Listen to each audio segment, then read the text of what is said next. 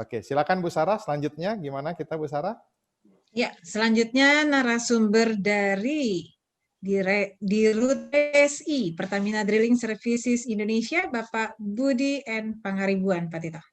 Oke. Baik. Silakan. Terima kasih Bu Sarah. Assalamualaikum warahmatullahi wabarakatuh. Selamat sore. Salam sejahtera buat kita semua. Mohon ditayangkan paparan saya.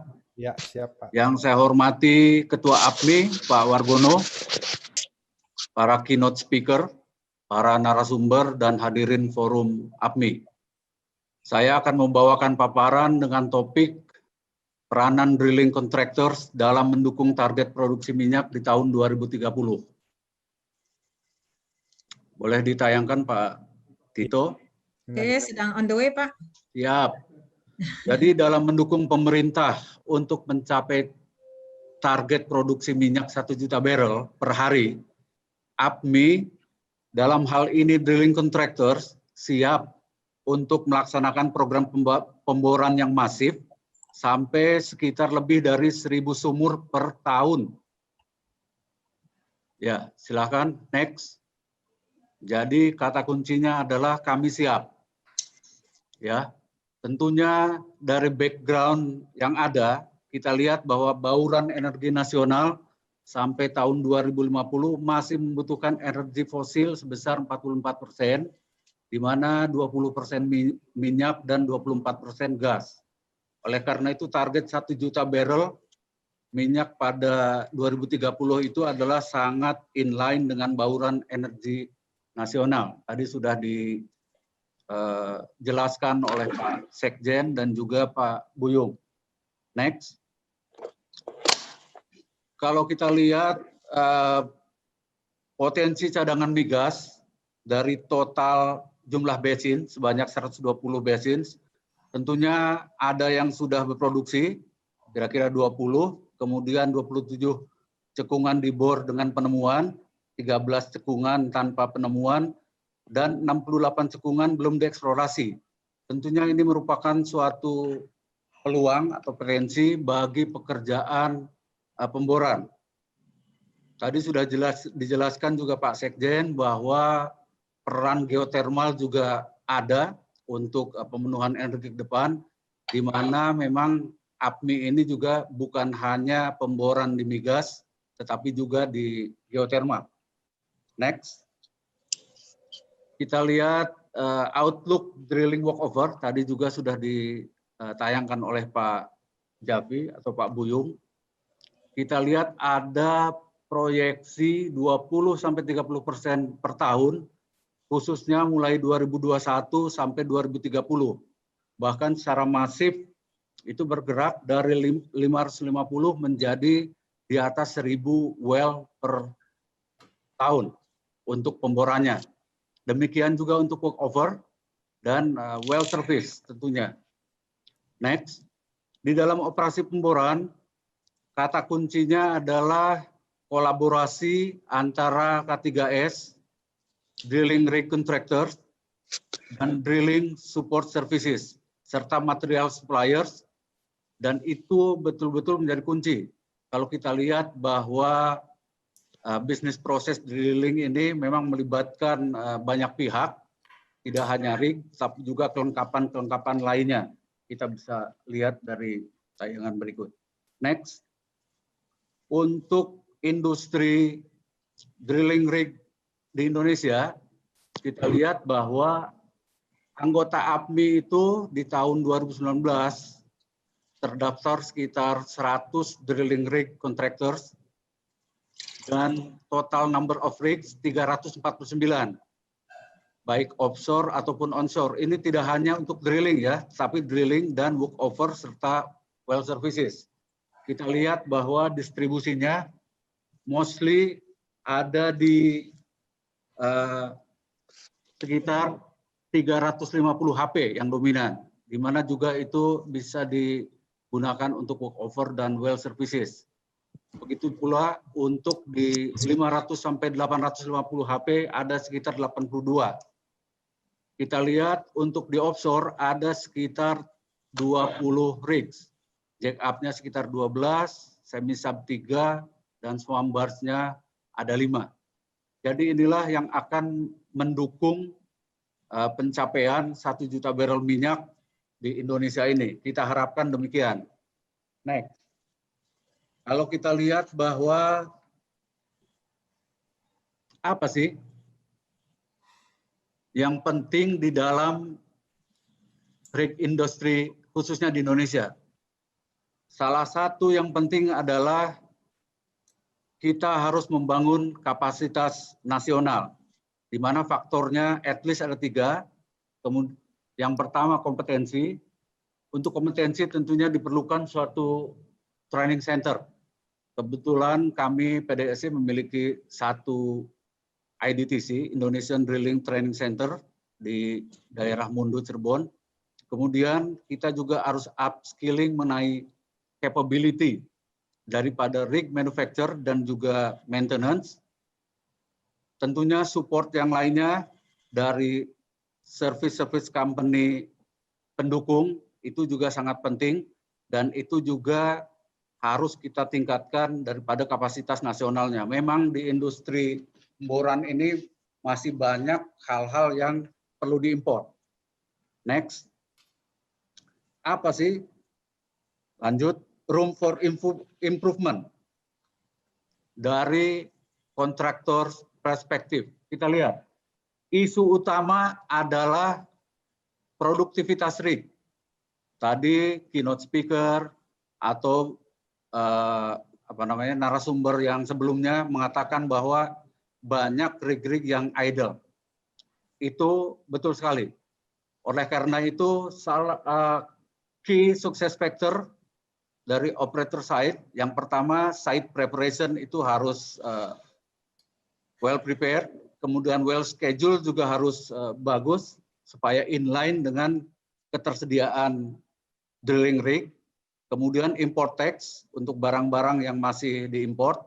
Social problem tadi sudah dijamin oleh Pak Buyung bahwa itu bisa dikomunikasikan dengan SKK Migas, dan tentunya material pemboran. Dan dari segi kami, contractor side, tentunya kita harus meningkatkan performance seperti yang diinginkan oleh Pak Anto tadi dan Pak John, bahwa NPT itu harus dikecilkan menuju 0. Kemudian juga perlu dipikirkan seringkali tidak sinkron antara maintenance dan schedule pemboran. Ya, di tengah-tengah operasi ada rencana maintenance. Kemudian local crew development, dengan adanya pemanfaatan local crew, tentunya kita juga harus mendevelop mereka. Kemudian clustering rig memiliki peran penting di dalam improvement ini. Nanti mungkin ada di slide berikutnya. Moving time masih menjadi kendala, dan completeness atau readiness daripada equipment, serta reliability.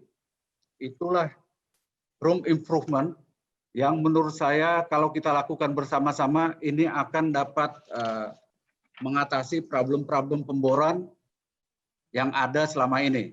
Next. Salah satu solusi paling utama dari improvement tersebut adalah clustering rig by purpose, area, dan specification.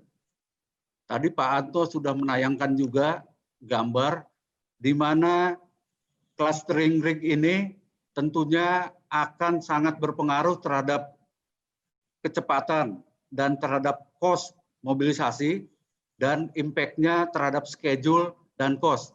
Sebagai contoh, di Sumatera karena sudah ada rencana pemboran tertentu, tentunya kita bisa mengalokasikan rig-rig yang sesuai dengan area tersebut, sehingga transportasi lintas area yang terlalu jauh itu tidak terjadi. Begitu pula resources daripada krunya. Next. Tentunya untuk membuat industri pemboran yang sustain, kita juga harus memperhatikan faktor-faktor tantangan sebagai berikut. Kita tahu adanya COVID, kemudian oil demand, ataupun monetary problem. Itu yang kita sebut sebagai triple shock. Tentunya sustainability daripada drilling industry adalah safety, ada digital system, teknologi dan inovasi, tidak harus mahal, maintenance, cost effectiveness berupa satu peningkatan cara-cara baru, regulasi dan price atau rate. Next. Nah, sekarang pertanyaannya, how to support massive drilling program? Tentunya ada 4 poin utama. Di dalam operasi dan proses tentunya sudah mencakup safety yang paling utama. Kita juga harus menggunakan teknologi dan clustering rig. Teknologi bisa dalam mobilisasi, ada truck mounted, trailer mounted, dan sebagainya.